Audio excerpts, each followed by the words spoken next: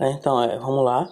Continuando ainda no assunto sobre vetores, só que hoje nós vamos focar aqui em soma vetorial, certo? Onde de início a gente tem que pensar aqui em uma situação aqui como exemplo, que é esse que eu vou dar aqui agora, que supondo aqui que uma partícula qualquer ela sofra um deslocamento representado por esse vetor aqui, o vetor deslocamento A. Depois ela sofra um outro deslocamento representado por esse vetor deslocamento B. E como resultado desses deslocamentos sucessivos A e B, nós vamos ter uma resultante final que vai ser igual a um único deslocamento, que é representado por esse vetor C aqui, que é o vetor deslocamento C, onde esse vetor ele vai ser chamado de vetor resultante, certo? Dessa soma vetorial entre os deslocamentos A e B, ou também ele pode ser chamado de soma vetorial, certo?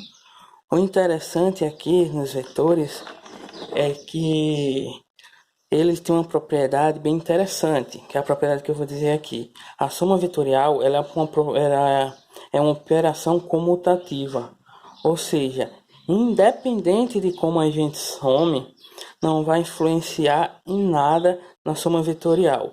Ou seja, se eu tenho um vetor resultante C, que ele vem da soma vetorial A mais B, certo? Isso aqui, como a soma vetorial ela tem a propriedade da operação comutativa, isso aqui pode ser representado também da seguinte forma. Eu posso fazer a soma vetorial inverso, iniciando a soma vetorial com o vetor B e somando ela com o vetor A, que não vai influenciar em nada na soma vetorial.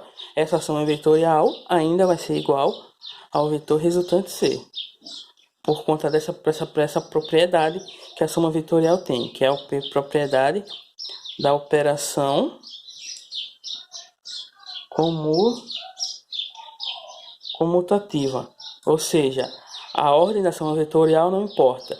Posso somar tanto vetor A mais o vetor B, ou se eu quiser posso somar o vetor B mais o vetor A, que mesmo assim ainda vou encontrar um vetor resultante C, certo? E essa soma vetorial aqui, o interessante dela é que a gente pode fazer a representação dela através de desenho, certo? Que é o próximo passo aqui que eu vou fazer, que é a representação da soma vetorial através de um desenho. De início, a gente tem que entender o seguinte, que a soma vetorial ela pode ser realizada através de dois métodos. O primeiro método mais comum utilizado é o método do polígono, certo? Que eu vou mostrar agora. Se a gente usar como exemplo esses dois vetores aqui, o vetor A e o vetor B, certo? Se a gente for fazer essa ação vetorial através de um método do polígono, que o que seria o método do polígono? O método do polígono é escolher um desses dois vetores, certo? Vou trocar aqui de caneta para ficar uma cor melhor. Vamos lá. Vou fazer essa soma vetorial aqui através de um método do polígono, certo? Então, vamos lá. Eu escolho um desses dois vetores para ser o vetor base. Nesse caso aqui, eu vou começar pelo vetor A, mas também poderia começar pelo vetor B. Mas vamos lá. Começando pelo vetor A, nós colocamos o vetor A, tá aqui. O próximo passo, no método da soma vetorial através de um método do polígono, certo? É pegar o segundo vetor, pegar o início desse segundo vetor, a origem desse segundo vetor, e colocar na extremidade do primeiro vetor que você escolheu como base. No caso aqui, o segundo vetor é B, então a gente vai pegar o vetor B e escrever ele aqui, ó, com a mesma direção e o mesmo sentido, certo? Sem alterar ele. Pronto. Então o método do polígono é isso. Você pega um vetor base, que for o vetor A, dispõe ele aqui, faz o desenho dele, pega o segundo vetor, bota a origem do segundo vetor na extremidade do primeiro, e por fim, para a gente ter a soma vetorial, a gente pega do início do vetor que a gente escolheu como base, e traça um outro vetor até a extremidade do segundo vetor, certo? Onde esse outro vetor aqui que apareceu aqui vai ser o vetor resultante, que é o vetor C, certo? Então, isso aqui que é o método do polígono para fazer o desenho da soma vetorial.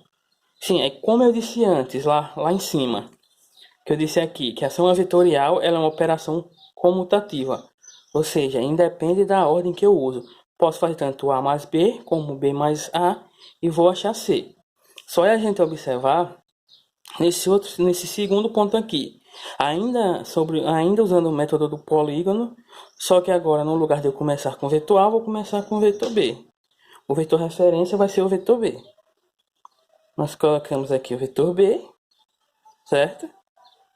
Agora, como ele é o vetor base aqui da nossa soma vetorial, a gente agora tem que pegar o segundo vetor agora, que nesse caso é o vetor A, certo? A gente desenha o vetor A aqui, e por final a gente traça o vetor resultante, começando do primeiro vetor até a extremidade do segundo. Onde a gente vai ter aqui o vetor resultante representado pela letra C. Se a gente observar aqui esses dois desenhos, a gente volta a comprovar aquela propriedade da soma vetorial. Essa propriedade aqui em cima, que diz que a soma vetorial é uma operação comutativa. Se a gente observar aqui esses dois vetores, nesse primeiro caso, eu comecei por A, aí depois fui para B. E tive esse vetor nessa direção e nesse sentido. Nesse segundo caso, eu comecei com B, e depois coloquei A, e encontrei o mesmo vetor na mesma direção e no mesmo sentido. Certo? Então, isso aqui, através do método do polígono, comprova mais uma vez que a soma vetorial ela tem propriedade comutativa, certo? Da operação comutativa, certo? O segundo método, que é para gente fazer uma soma vetorial, é o que a gente chama de regra do paralelogramo. O que seria a regra do paralelogramo? Então, usando ainda esses dois vetores aqui em cima, que é o vetor A e o vetor B, para a gente fazer aqui a regra do paralelogramo, a gente vai ter, pegando aqui o vetor A, a gente desenha primeiro, ou poderia ser primeiro ele ou primeiro esse, só que nesse caso eu vou começar pelo A novamente, desenho o vetor A. O segundo passo agora é desenhar o segundo vetor, que é o vetor B. Só que diferente do que a gente fez aqui, que colocou o início do vetor B na extremidade do vetor A, a gente vai colocar as origens deles coincidindo. Ou seja, a origem do vetor B vai estar aqui, ó. Vamos ligar ela na origem do vetor A, certo? Aí agora, por que esse método é chamado do método paralelogramo e é diferente desse outro? Esse método aqui é chamado método do paralelogramo para a gente achar a soma vetorial. Por quê? Porque o que a gente faz é traçar uma reta paralela a esse vetor, um tracejado paralelo a esse vetor, e um outro tracejado paralelo a esse vetor. Ou seja, vou traçar aqui uma paralela a esse vetor, e agora eu traço uma outra paralela a esse outro vetor, certo? O ponto entre esses dois vetores se encontram é o ponto onde o vetor resultante aponta, certo? Então, esse outro aqui é um outro método para a gente achar uma soma vetorial. Tem esse primeiro aqui que eu já mostrei, que é o método do polígono. E esse outro aqui é o método do paralelogramo, certo? Então, quando a gente vai fazer uma soma vetorial, a gente escolhe, obviamente, ou um ou outro, certo? E, normalmente, quando a gente vai representar tanto essa soma vetorial quanto essa soma vetorial, tanto essa aqui de baixo como essa, a gente diz que o vetor resultante C vai ser igual à soma vetorial de vetor A mais o vetor B. Nesse caso aqui, ocorre muito erro, certo? Porque muita gente acha que quando isso aqui ocorre, a gente vai ter que o módulo desse vetor resultante aqui vai ser igual a soma do módulo do vetor A, certo? Mais o módulo do vetor B. Só que isso aqui não acontece, certo? Por quê? Porque esse módulo aqui desse vetor A, ele depende muito do módulo desse vetor, do módulo desse vetor e também do ângulo entre esses dois vetores. Então, isso aqui é extremamente errado. Na maioria das vezes, o que ocorre aqui é que o módulo da soma vetorial entre dois vetores vai ser menor que que a soma do módulo dos dois vetores. Ou seja, isso aqui é o que normalmente acontece, ó.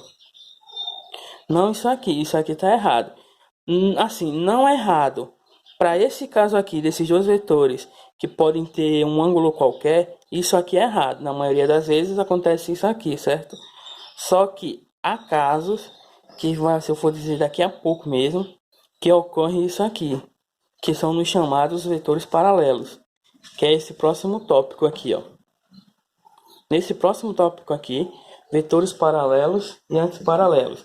Como a gente viu no vídeo anterior, vetor paralelo é aquele que tem o mesmo módulo, mesma direção e mesmo sentido, certo?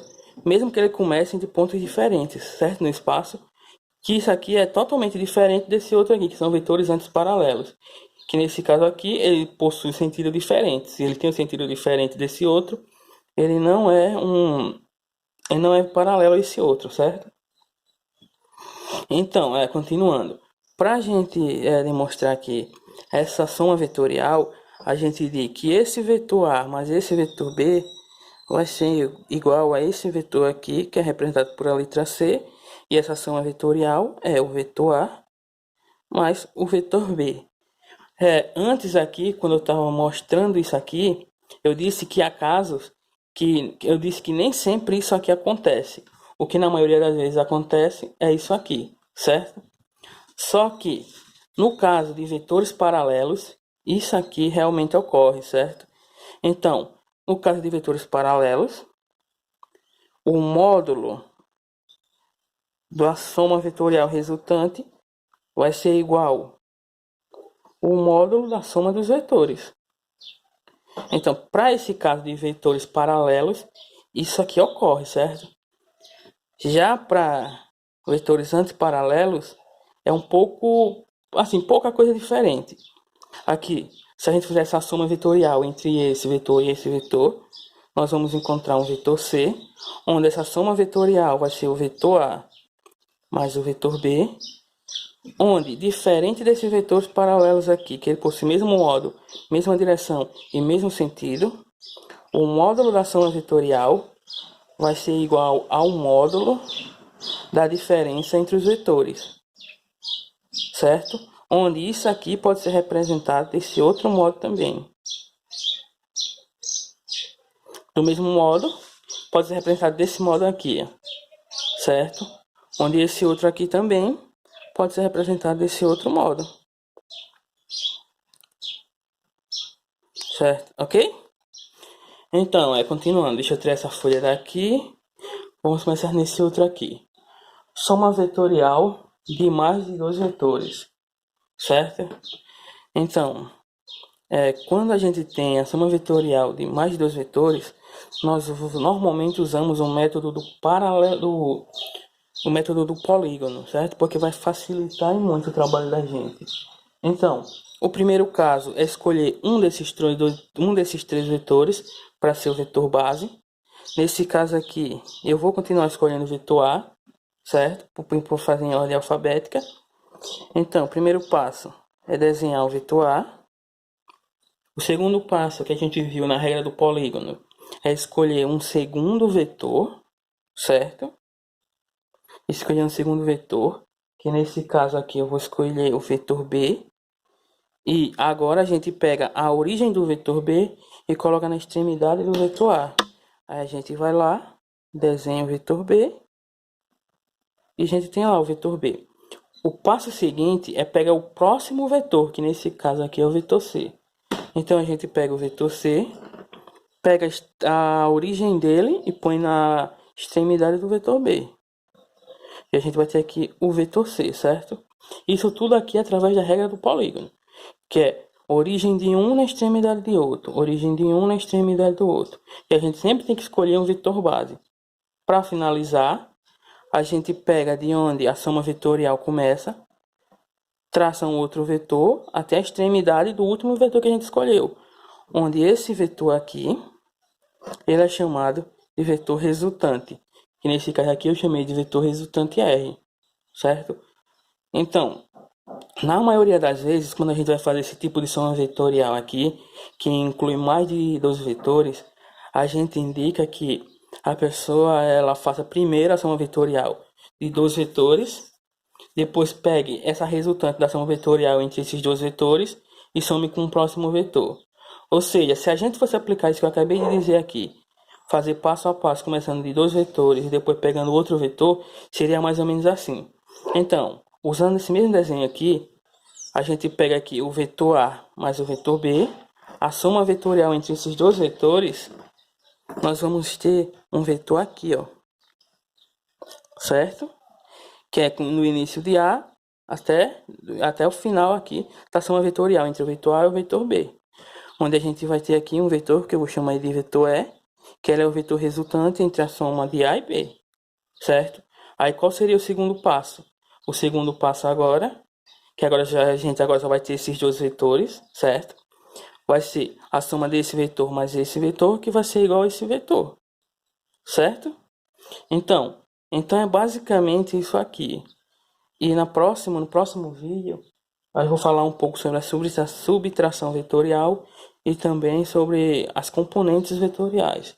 Então por hoje é só, e valeu!